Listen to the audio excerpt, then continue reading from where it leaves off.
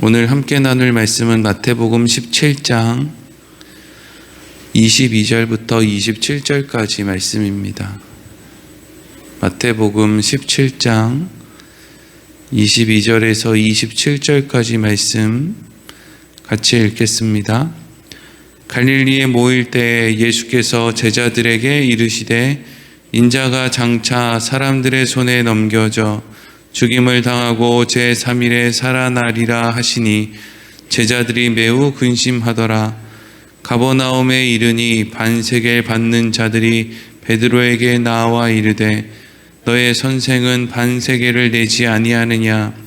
이르되 내신다 하고 집에 들어가니 예수께서 먼저 이르시되 시몬아 내 생각은 어떠하냐?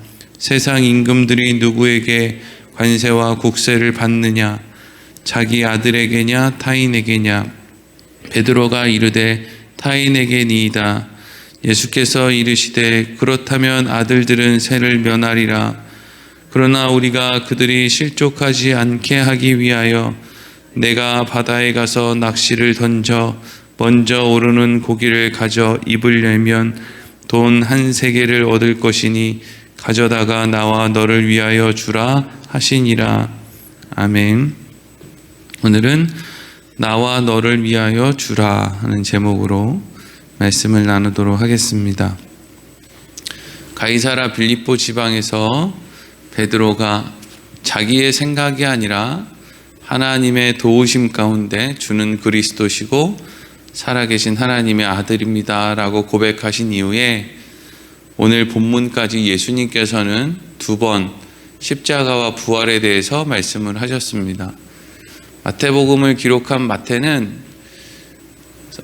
베드로의 신앙 고백 이후에 예수님의 십자가 사건에 대한 예수님의 말씀과 함께 변화산 사건과 또 간질병에 걸린 아이를 고치지 못한 제자들의 사건, 그리고 오늘 성전세를 내는 사건을 이렇게 함께 묶어서 이렇게 왔다 갔다 변화산 사건 했다가 또 병 고치지 못하는 거 했다가 또 예수님의 십자가 얘기하시는 거 했다가 또 이렇게 성전세 내는 사건, 이렇게 이제 연이어서 순서를 진행시키면서 마태는 마태의 입을 통해서 지금 무엇을 고백하고 있느냐 하면 예수님을 십자가에 못 박은 것, 예수님을 받아들이지 못하고 배척한 것은 유대 종교 지도자들도 아니고 또 유대 땅에 있는 잘 모르는 그냥 어리석은 백성들도 아니고 3년 넘는 시간 동안 예수님과 함께 동행하고 예수님의 말씀을 그렇게 듣고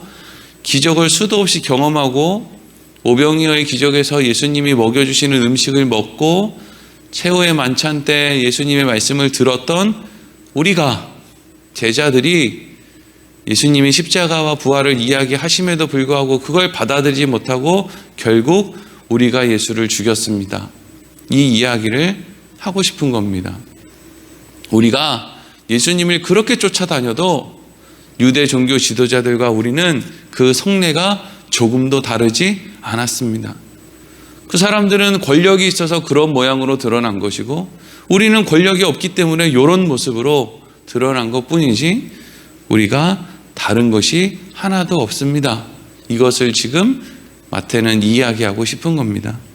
오늘 22절과 23절 같이 읽겠습니다. 시작.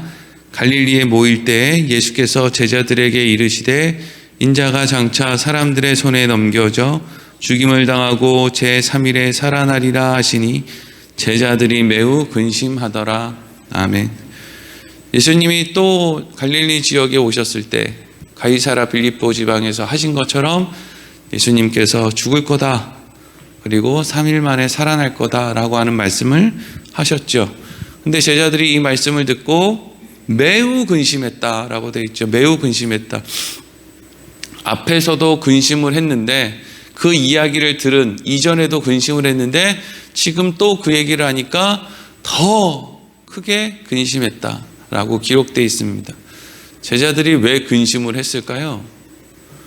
예수님 죽는 게, 예수님이 다치시는 게, 예수님의 안위가 흔들리는 게 너무 마음이 아프기 때문에 그럴까요? 아닙니다. 자기들이 손해볼 것이 아까웠기 때문에 그런 거죠. 유대 종교 지도자들이 메시아를 받아들이지 못한 것도 결국 따지고 보면 본인들이 이제까지 투자했던 것들, 본인들이 이제까지 선민으로 살면서 뭔가 별것도 하지도 않아놓고 죄 짓는 것 말고는 별로 하지도 않았는데, 근데 인간은 항상 자기 죄 지은 거는 생각 안 하고 자기 잘한 것만 생각을 하는 그런 이상한 머릿속을 갖고 있기 때문에 마치 메시아가 오셨는데 왜 우리가 그동안 이렇게 수고했는데 그거에 대해서 인정을 안 해주냐, 보상을 안 해주냐, 이런 것들이 이제 못마땅한 거거든요.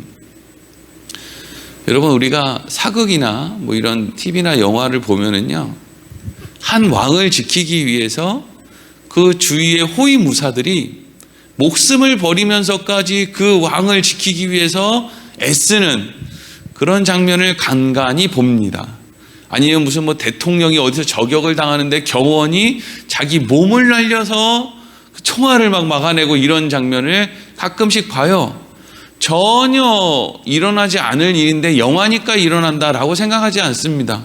그런 일이 일어날 것 같아요. 그렇죠? 왕을 지키기 위해서, 또 대통령 경호를 하기 위해서 그렇게 할 것 같아요. 근데 여러분, 어쩌면 제자들은 예수님을 하나님의 아들이라고 부르면서 주님이시다, 아니 도대체 저분이 누구길래 바람과 파도가 잠잠한가, 저분이 도대체 누구신가, 저분은 하나님의 아들이시다, 뭐 이렇게 수도 없이 고백해놓고 하다못해 이 세상에 속한 경호원, 이 세상에 못한 호위무사들보다도 예수님의 제자들이 얼마나 형편없습니까?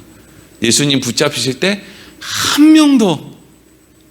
그러니까 여러분, 우리는 베드로가 뭐 예수님 붙잡혀 가신 이후에 베드로가 3번 예수님을 부인했다 그래서 베드로를 이렇게 못마땅하게 생각하는 사람이 많은데, 그나마 베드로가 제일 난 거예요, 여러분.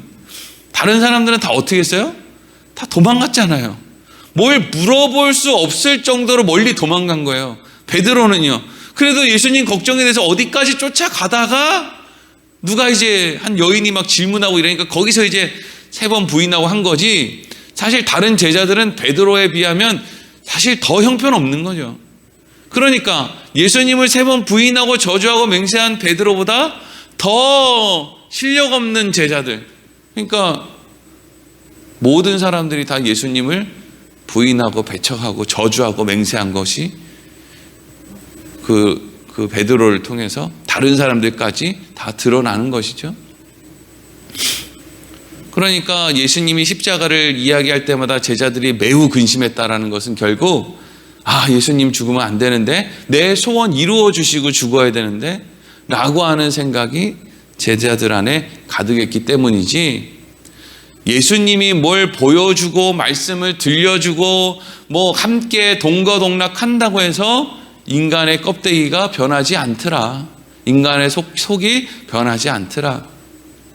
그러니까 하나님이 방법이 다른 게 있는데 예수님을 이 땅에 보내서 십자가에 내어주신 게 아니라 방법이 없어서 예수님을 이 땅에 보내셨다라는 것을 우리에게 확실하게 이야기하고 있는 거죠. 방법이 없었다. 그러니까 바울이 늘 뭘 얘기합니까? 그러니까 우리는 자랑할 것이 없다.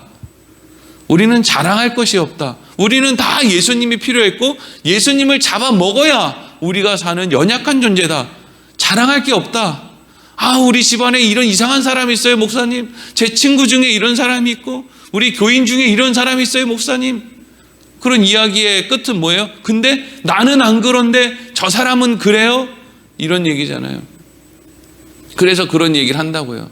물론 속이 상할 수도 있지만 그럼에도 불구하고 해가 지기 전에 마음을 풀어내야 되는 것은 꼭 무슨 시간 6시간 8시간 안에 해결해야 돼 이게 아니라, 그래도 해가 지기 전에 해결해야 된다는 이야기는 우리가 예수님 앞으로 나아가면 나도 별 수 없지, 그 자리에서는 기분이 나빠도 그래 나도 별거 없지 라는 곳까지 가게 되는 것이, 그리로 가야 하는 것이 그리스도인의 모습이다 하는 것이죠.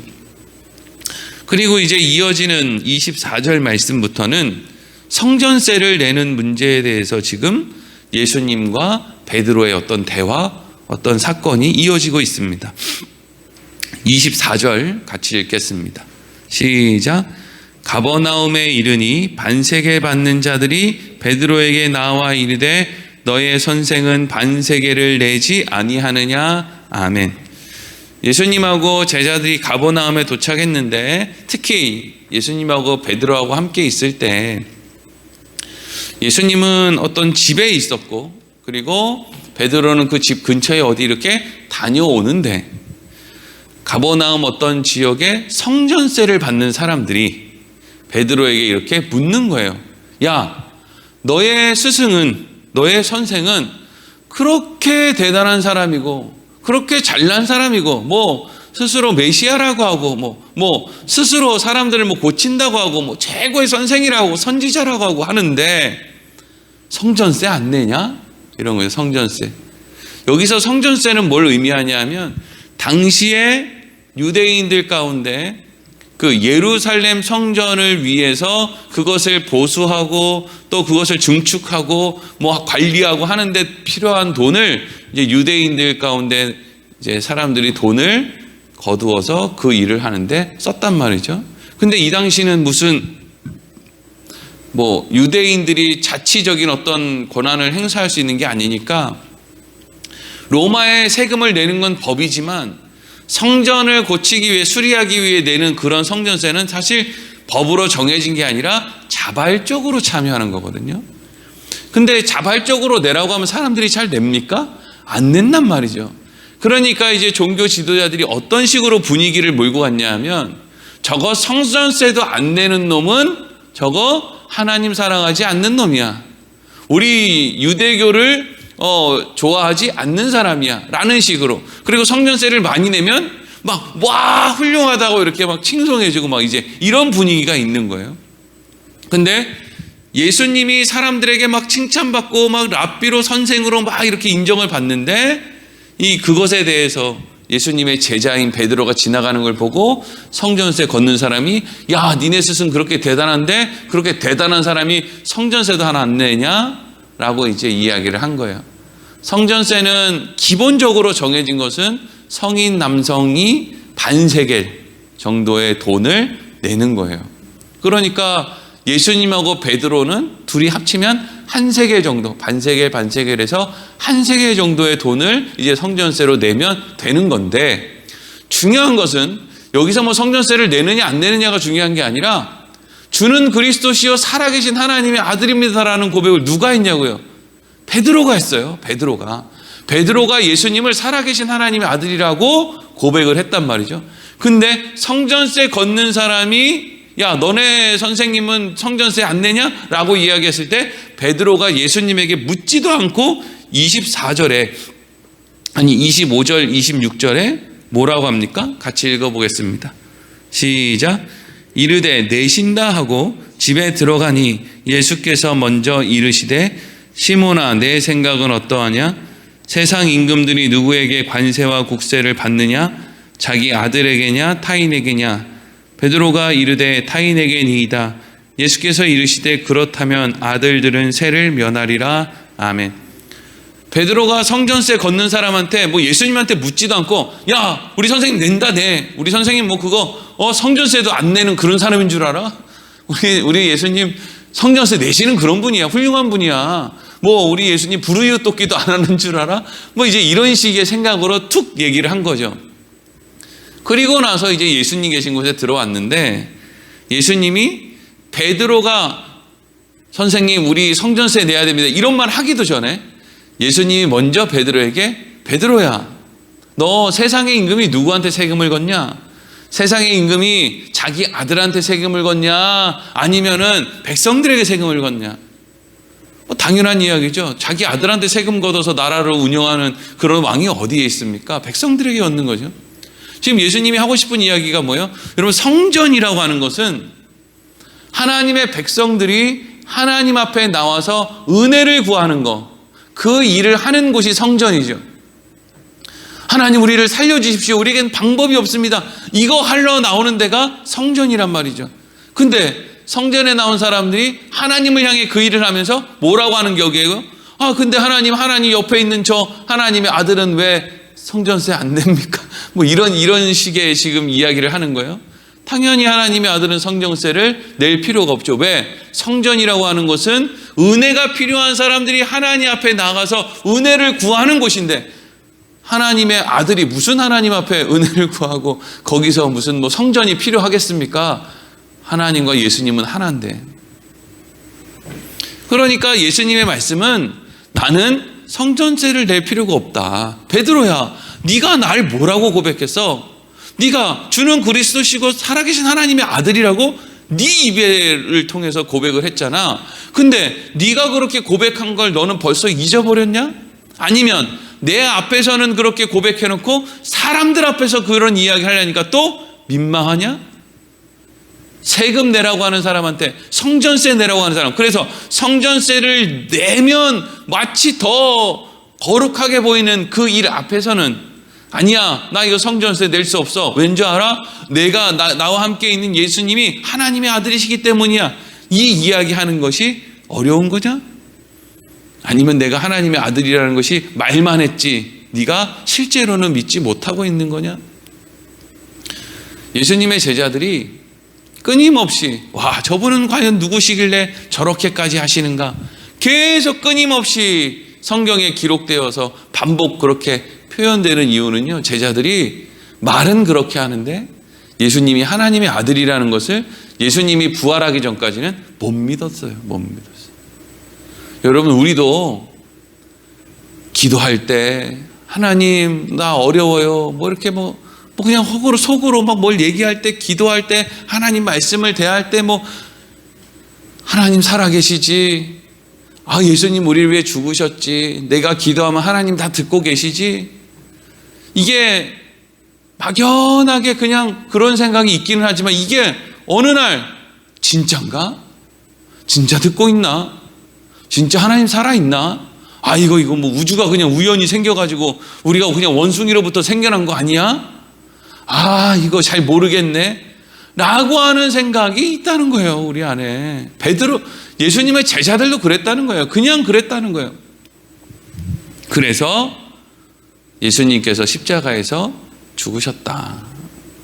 우리의 힘으로는 뭘 알 수도, 뭘 깨달을 수도, 한 번 고백했다고 그 고백을 지킬 수도 없다는 것이요. 그런데 예수님은 성전세를 낼 필요가 없음에도 불구하고 오늘 마지막 27절에 예수님이 어떻게 합니까? 읽어보겠습니다. 27절 시작. 그러나 우리가 그들이 실족하지 않게 하기 위하여 내가 바다에 가서 낚시를 던져 먼저 오르는 고기를 가져 입을 열면 돈 한 세겔을 얻을 것이니 가져다가 나와 너를 위하여 주라 하시니라. 아멘.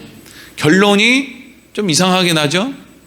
왜 이상하게 납니까? 첫 번째는 예수님이 성전의 주인이시고 하나님의 아들이라 성전세를 낼 필요가 없는데 예수님께서는 성전세를 내라고 하십니까? 내지 말라고 하십니까? 내라, 이렇게 내라. 근데 보면 누구 거를 내라고 해요? 내 거, 예수님 거랑 베드로 것만 내라 그러죠. 나머지 제자들은 어디 갔는지 나머지 제자들 것까지 이렇게 내라고 하지 않고, 이게 뭐 자발적으로 그냥 내는 것이기 때문에 너와 내 것만 가져다가 내라. 너에게 말을 걸어서 나의 성전세를 묻는 그 사람이 혹시라도 실족하지 않게 하기 위해서 너는 너한테 물었던 사람에게 네 거랑 내 거를 가져다 줘라, 이런 이야기를 하시는 거죠.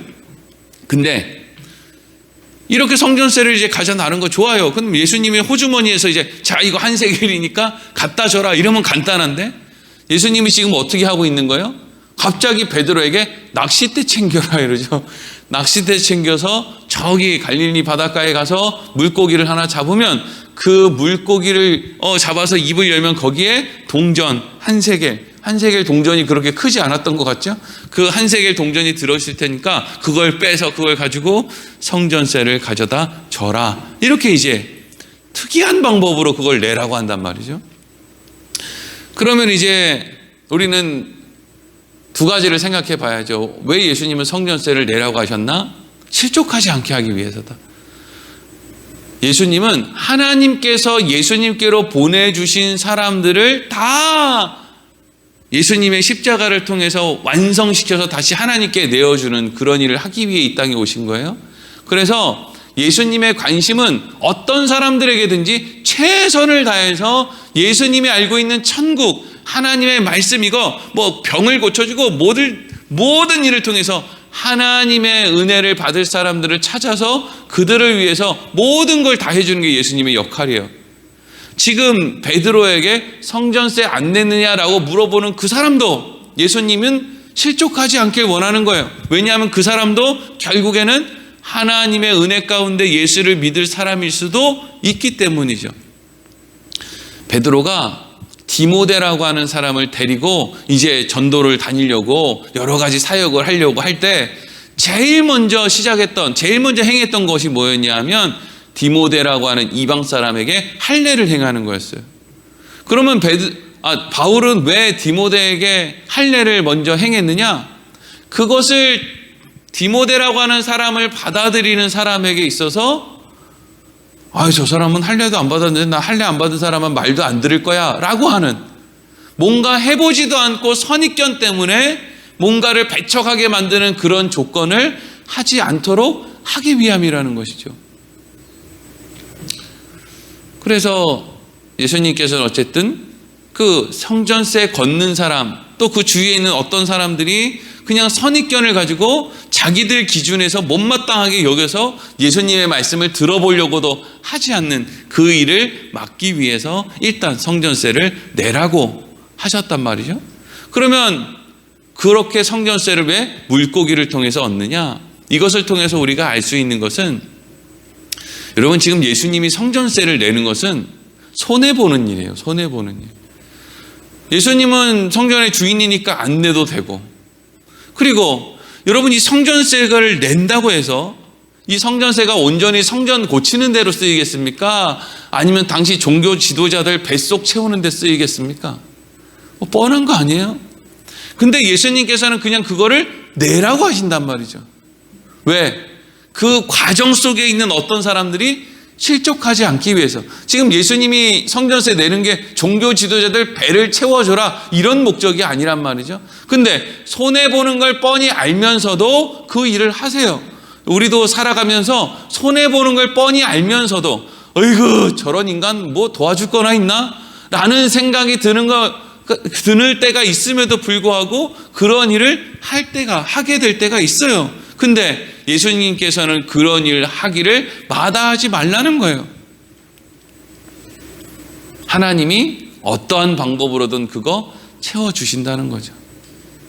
그렇다고 해서 하나님이 채워주신다라고 하는 어떤 욕심으로 무슨 세상에서 대단한 걸 얻으려고 그런 노력을 하라는 것이 아니라, 우리가 우리 인생 가운데 손해보는 것처럼 느껴지는 일들을 다 마다해버리면은요, 어떻게 우리가 인생을 살겠어요?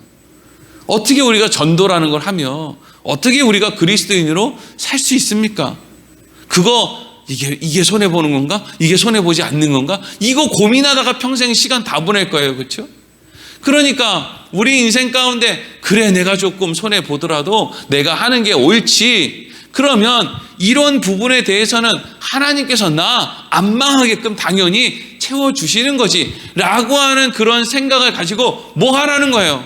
인생을 살아가라는 거예요. 막 고민하고 막 그냥 우물쭈물하고 그냥 할까 말까 갈까 말까, 나 또 상처 받나 안 받나, 좀 어떻게 주눅이 들었다가 막 이런 거 하지 말고 그냥 하라는 거예요. 해. 너의 갈 길 가라. 안 망한다.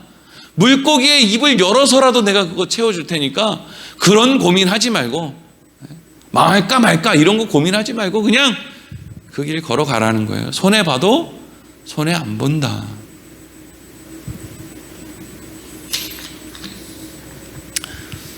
예수님이 우리를 위해서 십자가에서 죽으실 수밖에 없었던 이유는 모든 인간들이 그렇게 어리석고 연약했기 때문에 그래요. 그걸 다른 표현으로 하면 죄의 종이 되었다라고 표현을 해요. 죄의 종이 되었다. 그래서 죄의 종된 우리를 살려내기 위해서는, 여러분 종은 죽어야 주인과 종의 관계가 끝이 납니다. 그래서 예수님이 대신해서 이 땅에 오셔서 죄의 종이 돼서 예수님과 그렇게 동행하며 다니면서도 끊임없이 죄의 종으로 사는 인생들을 위해서 대신 죽으심으로 죄의 종의 관계에 있는 우리를 건져내셨다는 거예요. 그리고 그러한 우리들에게 예수님, 하나님이 원하는 게 뭐라고요? 인생을 살아내라. 어떻게 살아내라고요? 잘 살아내라. 선하게 살아내라. 손해볼까 걱정하지 말고 아름답게 살아내라. 너 안 망할 거 알지 않냐? 안 망할 거. 예쁘게 살아라. 예쁘게. 말 예쁘게 하고 누구보다도 선한 길 걷고 착한 마음으로. 세상은 뭐 전쟁하고 이기적이고 별 난리를 쳐도 너는 죄의 종이 이제 아니지 않냐? 아름답고 훌륭하게 너 살 수 있다. 내가 너 안 망하게 한다고 책임질게. 그 책임의 보증이 십자가다. 날마다 십자가 바라보고 너 인생 멋있게 아름답게 예쁘게 살아라. 내 아들아, 내 딸아. 그게 여러분 구원받은 이후에, 예수 믿은 이후에 그리스도인의 삶의 모습인 거예요. 기도하겠습니다.